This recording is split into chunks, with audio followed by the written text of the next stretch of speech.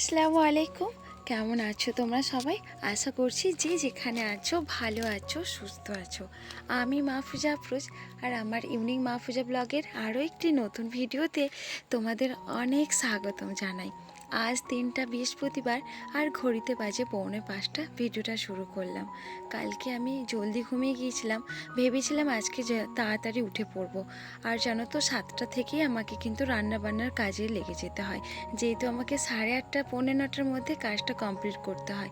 রান্না বান্নার পরে কিন্তু আমার পার্সেল কাপড় গোছানোর ব্যাপারটা থাকে, তাই আর সেরকমভাবে না ওপরের রুমগুলোতে টাইম দিতে পারি না। কয়েকদিন নিচের তলা আমি খুব সুন্দর করে ক্লিন করেছি, আর বেশ কয়েকদিন হলো ওপরতলা একদমই পারি না। আসলে কয়েকদিনে ব্যস্ততার মাঝে চলছে, ব্যস্ততার মধ্যেও দিনটা কাটাচ্ছি, যার ফলে না সময় হয়ে উঠছে না। একদিকে হলে আর একদিকে হচ্ছে না। তাই ভাবলাম আজকে জলদি উঠে পড়ে ওপরতলাগুলো একদম ডিপ ক্লিনভাবে করে নেব। সকালে যেহেতু রান্না বান্নার আগে কাজটা সেরে নিতে হবে, তাহলে আমি 7টা থেকেই রান্নাটা করে নিতে পারবো। তাই সকাল সকাল উঠে পড়েছিলাম। আর এই যে সকালে আমি কাজে লেগে পড়েছি। আর একটা মেয়ে মানেই তার অনেক দায়িত্ব থাকে, বাচ্চা মানুষ করা, রান্না বান্না প্লাস সংসার, আর তার উপরে কিন্তু বাড়িগুলোকে গুছিয়ে পরিপাটিভাবে রাখা। মেয়েদের কত দায়িত্ব। তার উপর যদি কোনো মেয়ে একটা বিজনেস করে আর যদি জব করে, আর তো দেখতে নেই। তার সাথে সাথে কিন্তু এরকম সংসারের কাজ করতেই হয়। যতই তার হেল্পার থাক না কেন, তারপরও কিন্তু সব কাজ কিন্তু মানুষকে, লোককে দিয়ে করানোটা পসিবলই হয়ে ওঠে না। হয়ে উঠলে তারপর কিন্তু পছন্দের ব্যাপারটা থাকে। আমারও একজন আছে, তবে উনি শুধু ঘরটাই মুছে দেয়, রুমগুলো মুছে দেয়। বাট এরকম করে সব কিছু ঝেড়ে ডাস্টিংয়ের কাজটা এতটা সুন্দর করে করতেও পারে না, আর করেও না, আর আমার পছন্দ হয় না। জাস্ট আমাকে শুধু মেঝে ফ্লোরগুলো মুছে আমাকে এটাই জাস্ট হেল্প করে। আর যাই হোক, আমি তো নিজের হাতেও কিন্তু এগুলো পরিষ্কার করে না নিজেও অনেকটা আনন্দ ফিল করি। নিজের হাতের যেগুলো জিনিসগুলো গুছিয়ে রাখবো, অন্য কেউ করবে সেটা হয়তো আমার পছন্দের ব্যাপারটাও থাকতে পারে। সেই জন্য না নিজে এগুলো সব গোছাই। হয়তো বললে হয়তো করে দেবে, কিন্তু সেরকমভাবে হয়তো আমার পছন্দ হবে না। তার থেকে নিজে করে নেই ভালো। আর এই যে সকাল 7টার সময় যেহেতু আমাকে রান্না বান্না করতে হবে, খুব তাড়াহুড়ো করে কিন্তু এগুলো মুছছিলাম। আর এই টিভির কাজটা দেখতে পাচ্ছ, টিভির এখানটাতে প্রচুর একটা উড়ো উড়ো ধুলো পড়েছে, এগুলোও আমি ক্লিন করে নিলাম। আর এই যে ঝাড়ুটাকে দেখতে পাচ্ছ, এটা খুব সুন্দর একটা ক্লিন করার জন্য নতুন ইউজ করছি, আর বেশ ভালো লাগছে। প্রথমে আমি একটা রুমাল দিয়ে করতাম, আর এখন দেখছি এটা দিয়ে করে খুব কমফোর্টেবল মনে হচ্ছে, বেশ বড় জিনিস।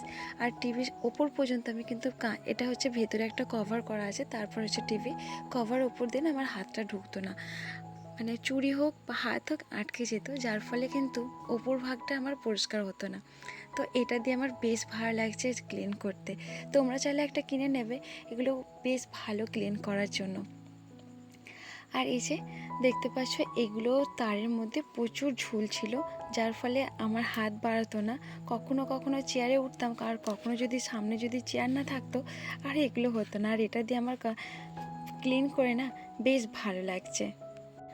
একটা আপু বলেছ, আপু তোমার কথাগুলো অনেক ভালো লাগলো আমার, নতুন নতুন আমি তোমার ব্লগ দেখছি।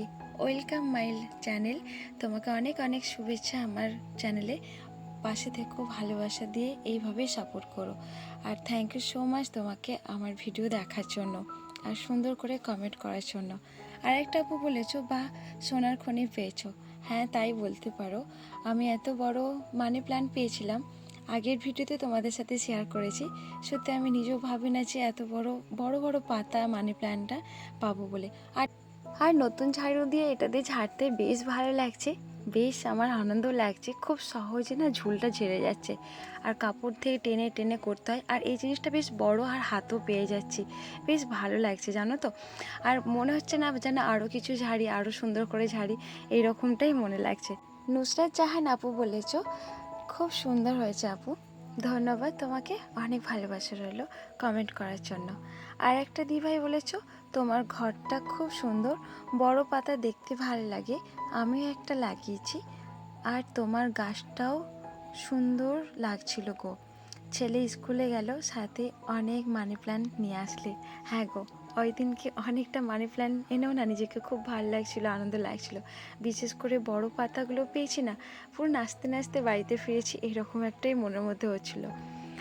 তো থ্যাংক ইউ সো মাচ তোমাকে সুন্দর মতো কমেন্ট করার জন্য। এইভাবে পাশে থেকো আর এইভাবেই ভালোবাসা দিও। Thank you. আর জানো তো 2 দিন ধরে এখানে কিন্তু একদমই বৃষ্টি হচ্ছে না। দেখলাম একদম কড়া হয়ে রোদ উঠছে, তারপর কিন্তু দেখছি মেঘলা কেটে যাচ্ছে। তাই ভাবলাম এদেরকেও কিন্তু আমি একটু জল দিয়ে নিই।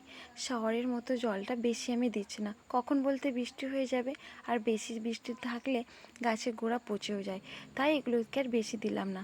আর ওই বারান্দা যেহেতু দিলাম, আর এইদিকেও একটু চেক করে নিলাম এদের মাটি শুকনো হয়ে গেছে কিনা।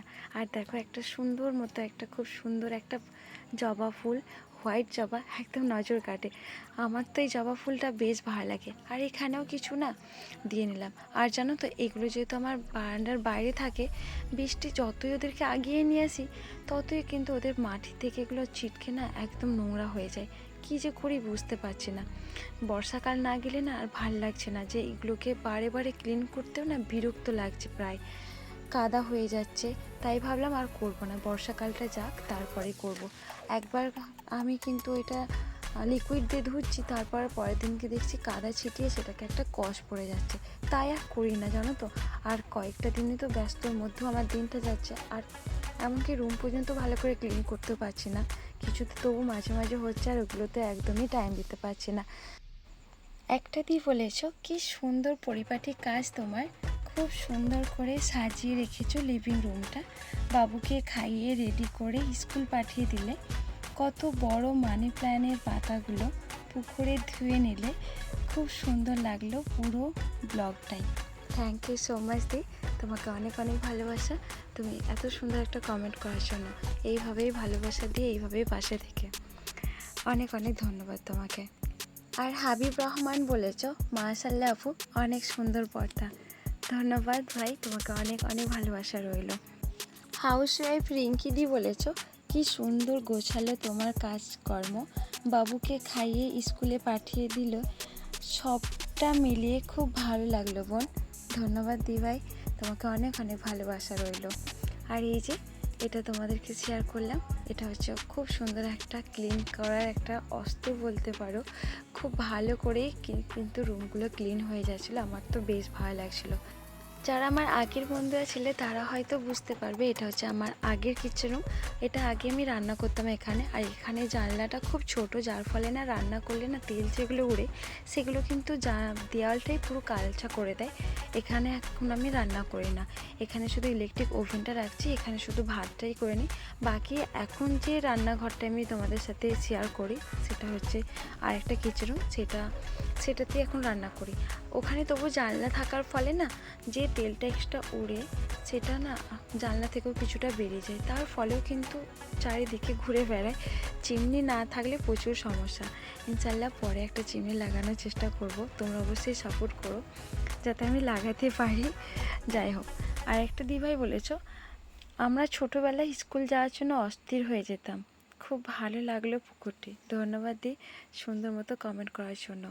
আর হ্যাঁ, আমরা কিন্তু আগে স্কুলে একদমই কামাই করতাম না। এখনকার ছেলেরা কেন যে যেতে চায় না বুঝি না। শুধু ফোন দাও, ফোন দেখবো আর স্কুলে যাব না, ফ্রি ফায়ার খেলবো। আর কি বলবো, এইসব দেখলে না আমার মাথা গরম হয়ে যায়, রাগারাগি শুরু করে দিই। তো যাই হোক, বুঝিয়ে কিন্তু ওই দিনকে আমি ওকে স্কুল পাঠিয়েছিলাম, প্রায় অনেক দিনই কামাই করে ফেলেছি জানো তো। আর একটা আপু বলেছ, শাশ্বতী দিভাই বলেছ তোমার ঘর গোছালোটা একটা আর্ট, সবাই পারে না। সুন্দর করে ডেকোরেশন করলে এটাও সবাই পারে না। তোমার ঘরটা যতই না সুন্দর, তার থেকে সাজানোর জন্য আরও বেশি সুন্দর হয়ে উঠেছে। আপু তুমি মসুর ডাল একবার রাঁধুনি ফোড়ন দিয়ে করে দেখো, ভালো লাগবে। আচ্ছা আপু, ঠিক আছে, আমি অবশ্যই রাঁধুনি ফোড়ন দিয়ে আমি রান্না করে দেখব, খেয়ে অবশ্যই তোমাকে আমি ব্লগে এসে জানাবো কেমন লাগলো। ধন্যবাদ এই রেসিপিটা শেয়ার করার জন্য। আর তোমার রেসিপি তো দেখে আমি পুরো একদম বলতে পারো ফিদা হয়ে যায় এক ধরনের। তোমার রান্না বান্না অনেক অনেক সুন্দর। এইভাবেই সুন্দর সুন্দর কিন্তু রেসিপি শেয়ার করতে থেকো। আরেকটা আপু বলেছ খুব সুন্দর, নাইস হয়েছে ভিডিওটা, শুভকামনা রইল। ধন্যবাদ তোমাকে সাথে থাকার জন্য, এভাবেই ভালোবাসা দিয়ে পাশে থেকো। সব কিছু ডিপ ক্লিন করার পর কিন্তু এবার রান্নার কাজে চলে এসেছি।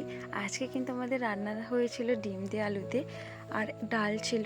তো যাই হোক, তো রান্না বান্না তো করতেই হবে, সে ডিম হোক আর ডাল হোক, যতই ক্লিন করি না কেন রান্না বান্না তো ওটা বাদ তো দেওয়ার একদম পাটেই না। সব কিছু কাজের পর দেখবে একটা খিদে পাওয়ার পর যদি একটা পেট ভরে কিছু খাবার খাওয়া যায়, এত কাজ করেছি সেটার পরেও কিন্তু মনে হয় না। তো আজকে যেহেতু ডিম আলু দিয়ে রান্না, অনেক দিন পরেই ডিম আলু রান্না করেছি। একটা দিদিভাই বলেছো কেমন আছো আপু? অবশ্যই দিদিভাই, তোমাদের ভালোবাসায় অনেক ভালো ভালো রেসিপি শেয়ার করার চেষ্টা করব। খুব ভালো লাগলো ভিডিওটা দিদিভাই, লাইক আর ভিউ। ওকে দিদিভাই, থ্যাংক ইউ সো মাচ এভাবে পাশে থাকার জন্য। এইভাবেই সাপোর্ট করো, এইভাবেই ভবিষ্যতেও পাশে থেকো। তোমাদের অনেক অনেক ভালোবাসা, মন থেকে তোমাদেরকে বলছি, অনেক ভালোবাসা তোমাদের জন্য। এসকে স্টোরিদি বলেছো অনেক সুন্দর সব কিছু গুছিয়ে রাখা রুমের, অনেক ভালো লাগলো দেখে। ভালোবাসা রইলো, তোমাকেও অনেক ভালোবাসা রইলো। আর থ্যাংক ইউ সো মাচ এইভাবেই পাশে থাকার জন্য। তারপরে আমি রান্না বান্না করে ওকে খাইয়ে স্কুলে পাঠালাম। এখানেই শেষ করলাম। আল্লাহ হাফিজ।